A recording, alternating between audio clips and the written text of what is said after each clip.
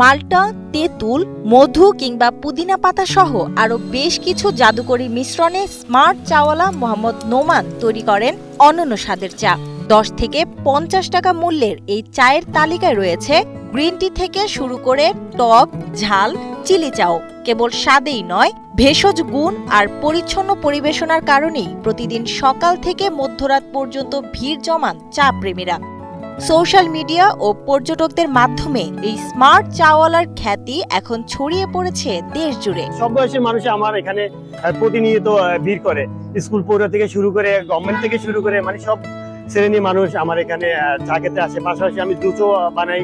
আর চা গুলো তো কক্সবাজারে আমি এত সুন্দর করে বানিয়ে থাকি। বিভিন্ন জায়গায় যে চা বানায় সেখান থেকে আমার কাছে দূর দূরান্ত থেকে ছুটে আসে মানুষ এই চা গুলো খাওয়ার জন্য, বারবার ছুটে আসে। মানুষ ভালো পাওয়ার গাড়ি তো আসে, এমনি তো আর আসে না। এই জন্য আমারও খুব ভালো লাগে যে কাস্টমার আমাকে রিভিউ দিচ্ছে। এই কাস্টমার তো আমার শক্তি। কাস্টমার যখন আমাকে ভালো রিভিউ দেয়, আমি চাগুলো খুব ভালোভাবে বানিয়ে থাকি সবার জন্য।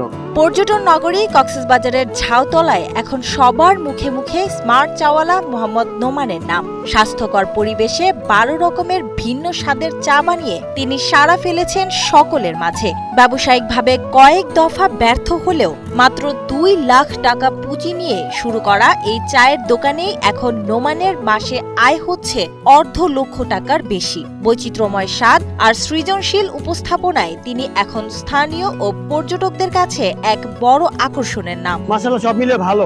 সব শ্রেণীর মানুষ আছে, সবাই বলে যে আপনার তো বসার স্পেস নাই, আপনি চাইলে আরো একটা শাখা খুলতে পারেন। তো ওনারা সারা দিচ্ছে। আমি চাচ্ছি যদি আরেকটা শাখা খোলা যায়, মহিলাদেরকে বসার স্থান দেওয়া যাবে, আর বিভিন্ন শ্রেণীর মানুষ আসবে। আমাকে ভালো সারা দিচ্ছে। মাশাআল্লাহ, ভালো, অনেক ভালো সারা পাচ্ছি। ভোলার সন্তান নোমান একসময় বারবার লোকসানের মুখে পড়ে দিশেহারা হয়ে পড়েছিলেন, কিন্তু হার না মেনে নতুন কিছু করার তাড়না থেকেই স্মার্ট চাওয়ালার এই আইডিয়া নেয়। আমি রুমালি অচ্ছরা থেকে প্রতিদিন এখানে আসি। যে কোনো একটা হলে আসি, ওনার কাছে চা খাইতে ওনার চা খুব ভালো লাগে।